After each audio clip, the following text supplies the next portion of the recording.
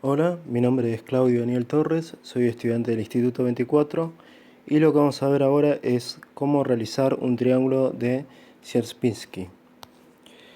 Para poder realizar esta figura, lo que primero tenemos que hacer es un polígono regular. Seleccionamos dos puntos y nos figura la cantidad de vértices. En este caso seleccionamos 3, quedándonos determinado un triángulo equilátero.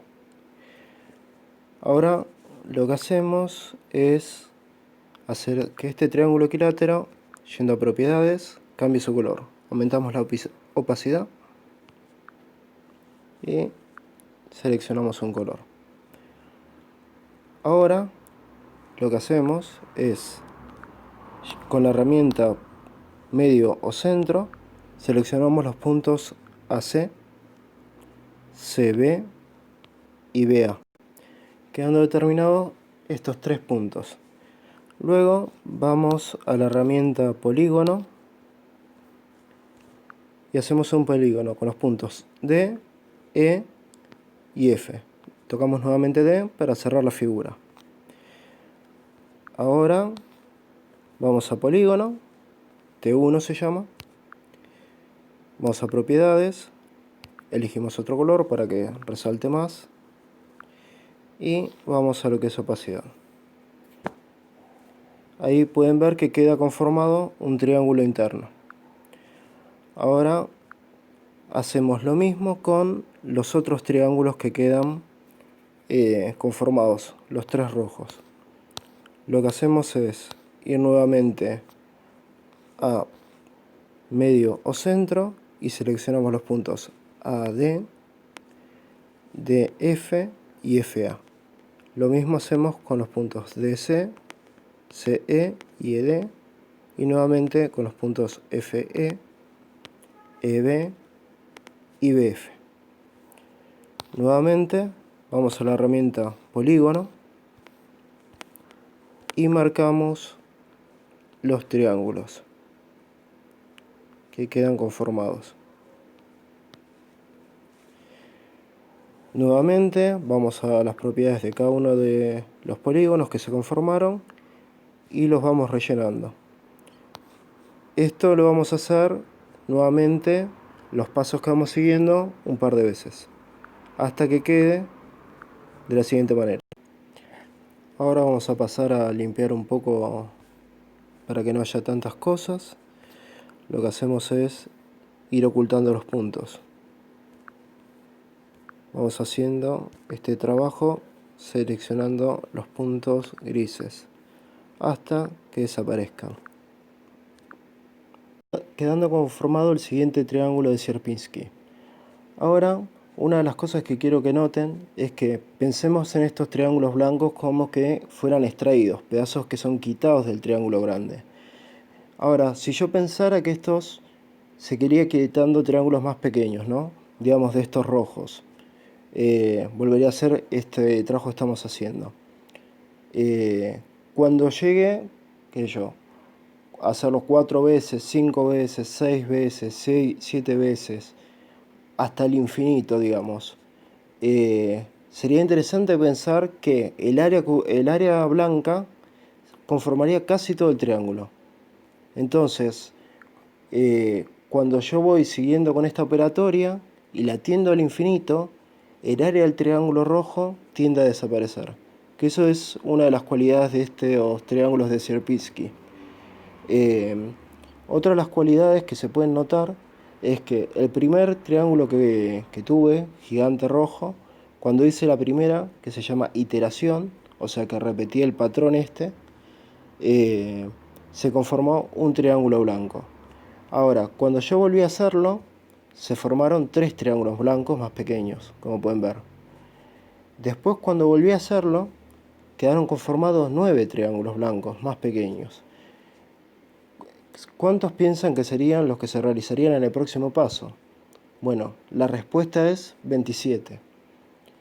Ahora, si se empiezan a fijar en esos números, hay una cierta relación. Son todos potencias de 3. O sea, 3 a la 0 es 1. 3 a la 1 es 3.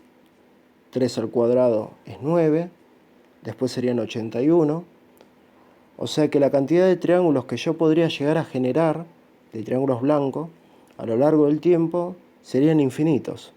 Y esa es una de las cualidades que tiene esto. Lo que pasa es que se van repitiendo estos patrones una y otra vez. Y esa es una de las características de esta figura, que es conocida como fractal. Los fractales son patrones que se repiten todo el tiempo de una manera regular. En los modelos matemáticos, son fractales perfectos, digamos, o sea que todo el tiempo se repiten con la misma regularidad y de una manera normal. Pero si nosotros vemos en otros fenómenos de la naturaleza, podemos llegar a ver, por ejemplo, como este caso. Como pueden ver, en los rayos pasa algo muy similar. Lo que pasa es que no es lo mismo que los modelos matemáticos. Como podemos ver, a partir de un rayo, un trueno central, lo que van surgiendo son como pequeñas ramificaciones que siguen el mismo orden que genera el rayo más grande, digamos. En otras de las cosas que se puede llegar a ver, los fractales, es por ejemplo en las hojas de las plantas. Si pueden notar, hay una línea recta que sale y de ahí van saliendo pequeñas ramificaciones y regularmente van saliendo pequeñas ramificaciones más pequeñas. Otro de los fractales conocidos es la alfombra de Sierpinski. Como pueden notar, esto consta de un cuadrado central en el cual se divide en 9 cuadrantes y en el cuadrante central se coloca un cuadrado. Luego, lo que se hace es que se generan en esos 9 cuadrantes, 8 cuadrantes que quedaron sin pintar, se genera un cuadrado más pequeño, siendo un total de 8 cuadrados más pequeños. De nuevo se vuelve a generar el mismo patrón. Dentro del cuadrado pequeño que queda conformado, se ponen 8 cuadrados más a su alrededor. Y esto se puede seguir haciendo con el resto de los cuadrados una y otra vez, tendiendo, digamos, hacia el infinito. Si observamos los cálculos, vemos que de la figura central, en la primera etapa, lo que sucede es que se genera un cuadrado que sería 8 a la 0. 8 a la 0, 1. Luego, en la otra etapa, se generan 8 cuadrados, que sería 8 a la 1. Luego se generan 8 cuadrados más pequeños, que sería 8 al cuadrado, un total de 64. Bueno, este es otro de los modelos matemáticos. Ahora retomamos a la figura anterior. Volviendo a la figura original, vamos a hablar de lo que son las iteraciones. Bueno, el triángulo inicial es conocido como la etapa 0. Cuando genero el primer triángulo interior, es conocido como la etapa 1. O sea, es la primera iteración, la primera vez que yo hago este patrón que voy a ir siguiendo. Como pueden ver, cuando vuelvo a repetir el mismo proceso, llego a la etapa 2. Luego, a la etapa 3. Ahora, si notan esto, lo que va pasando es que con cada iteración, con cada etapa que voy avanzando, van aumentando la cantidad de triángulos que van conformándose. En la etapa 1 había un triángulo. En la etapa 2 habían 3 triángulos más. O sea, 1 más 3, un total de 4. En la próxima etapa había 9. Ahora, esto va siguiendo un patrón, como había hablado hace un tiempo, ¿no? Son todas potencias de 3. Ahora, ¿habría alguna forma de saber, por ejemplo, cuánta sería la cantidad de triángulos que podría haber en una etapa 5? Bueno, la respuesta es sí. Para poder hacer esto, lo que tengo que hacer es, con los siguientes datos. Yo sé que en la etapa 1 se producen 3 a la 0, es decir, un triángulo. En la etapa 2, lo que se producen son 3 a la primera, es decir, 3 triángulos nuevos. En la etapa 3, lo que se producen son 3 al cuadrado, es decir, 9 triángulos nuevos. En la etapa 4 se producen un total de 3 al cubo, es decir, 27 triángulos nuevos. Y en la etapa 5 Finalmente, se producen 3 a la cuarta, es decir, 81 triángulos nuevos. Entonces lo que tengo que hacer es, sabiendo que es en la etapa 5, lo que tengo que hacer es una especie de sumatoria, que es sumar los números de las potencias de 3. 3 a la 0, más 3 a la 1, más 3 al cuadrado, más 3 al cubo, más 3 a la cuarta, y eso me daría un total de 121 triángulos. Ahora, una de las cosas interesantes es que este proceso podría llegarlo a hacer infinitamente.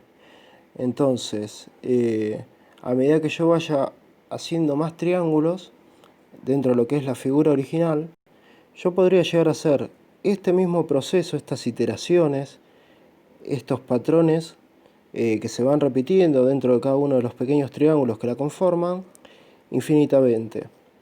Yo tendría que simplemente ir haciendo zoom y ir haciendo el proceso una y otra vez.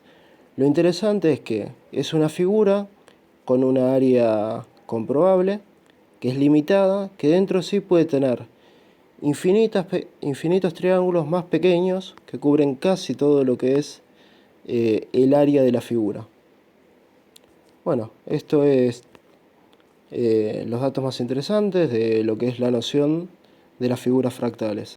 Entonces, la definición de fractal es que un fractal es un objeto cuya estructura se repite a diferentes escalas, es decir, por mucho que nos acerquemos o nos alejemos del objeto, observaremos la misma figura, como se puede ver acá, que acá